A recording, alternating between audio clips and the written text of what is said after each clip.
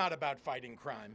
This is about Donald Trump searching for any justification to deploy the military in a blue city, in a blue state, to try and intimidate his political rivals. Illinois Governor J.B. Pritzker this week said Donald Trump's threat to flood Chicago with soldiers and federal agents was a cynical political stunt that lacked legal authority. Find a family who's enjoying today sitting on their front porch and ask if they want their neighborhoods turned into a war zone by a wannabe dictator.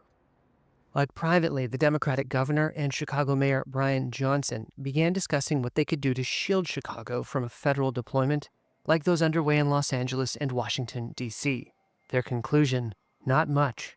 The state's Attorney General, Kwame Raoul, said on Monday he was developing a legal strategy if troops arrived. Immigrant advocates are stepping up legal training.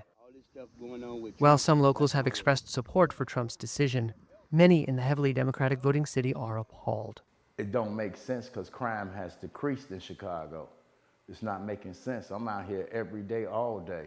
Greg Collins is an anti-violence activist and said he worried the presence of National Guard troops could escalate tensions and undermine efforts to build trust. Others, including Republican political activist Zoe Lee, brushed off the warnings. I don't want to hear about this man being racist. I don't want to hear about white supremacy. I don't want to hear that he's a dictator. I don't want to hear any of that. We need help. Trump has justified his decision by painting a bleak picture of crime in Chicago, calling it a, quote, disaster. I made the statement that next should be Chicago because, as you all know, Chicago is a killing field right now. And they don't acknowledge it. And they say, we don't need him, freedom, freedom. He's a dictator, he's a dictator. A lot of people are saying maybe we like a dictator.